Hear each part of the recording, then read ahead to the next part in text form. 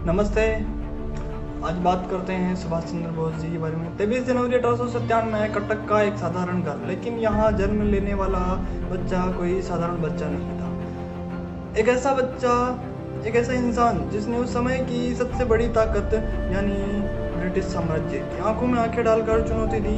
एक ऐसा इंसान जिसने कहा था, तुम मुझे खून दो, मैं तुम्हें आज़ादी दूंगा।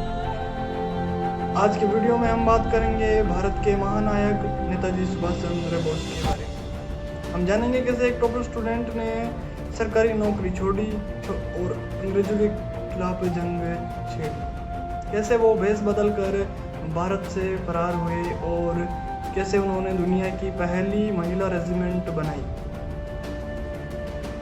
इसी बारे में हम आगे चर्चा करते हैं कि किस प्रकार नेताजी ने संघर्ष किया और अपने मुकाम को हासिल किया। नेताजी पढ़ाई में इतने मेधावी थे कि उन्होंने उस समय की सबसे कठिन परीक्षा ICS, आज IAS के नाम से जानी जाती है, उसको चौथे रैंक के साथ पास की। लेकिन उनके खून में देशभक्ति थी। उन्होंने कहा, मैं अंग्रेजों का नौकर बनकर देश की सेवा नहीं कर सकता। उन्होंने इस्तीफा दे दिया और वो कांग्रेस में आ गए।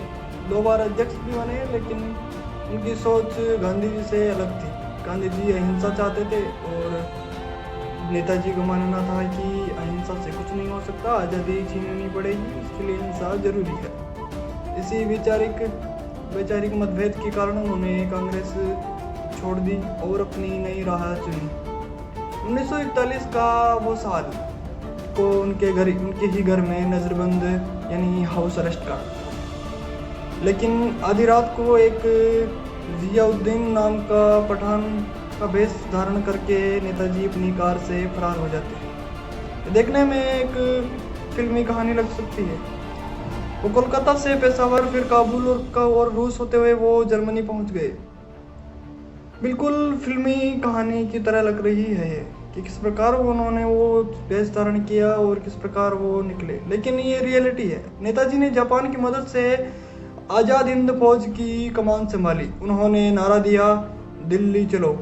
उनकी फौज में कोई जाति पाति नहीं थी। उन्होंने महिलाओं के लिए रानी झांसी रेजिमेंट बनाई, जो उस समय दुनिया के लिए एक मिसाल थी।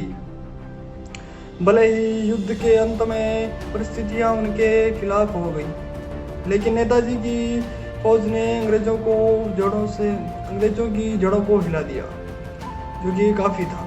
ब्रिटिश प्रधानमंत्री क्लेमेंट एटली ने भी बाद में माना था कि भारत छोड़ने का एक बड़ा कारण INA का विद्रोह था, यानी आज़ाद हिंद फौज का विद्रोह। इसके प्रमुख थे सुभाष चंद्र बोस। 18 अगस्त 1942 में ताइवान में एक प्लेन क्रैश हुआ। सरकारी दस्तावेजों के मुताबिक नेताजी की मृत्यु हो गई उसमें, लेकिन क्या ये सच है? शाहनवाज कमेटी से लेकर मुखर्जी कमीशन तक कोई जांच हुई? नहीं। कोई कहता है वो गुमनामी बाबा बनकर रह गए, तो कोई कहता है वो रूस चले गए। ये रहस्य आज भी बरकरार है। नेताजी भले ही हमारे बीच नहीं रहे, लेकिन उनके विचार और जय हिंद का नारा भारतीय के दिल में धड़कता है, हर भारतीय के दिल में धड़कता है। आज उनके जन्मदिन को हम पराक्रम दिवस के रूप में मनाते हैं।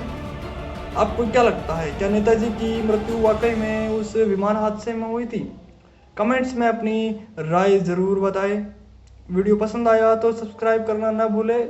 जय हिंद, नमस्ते।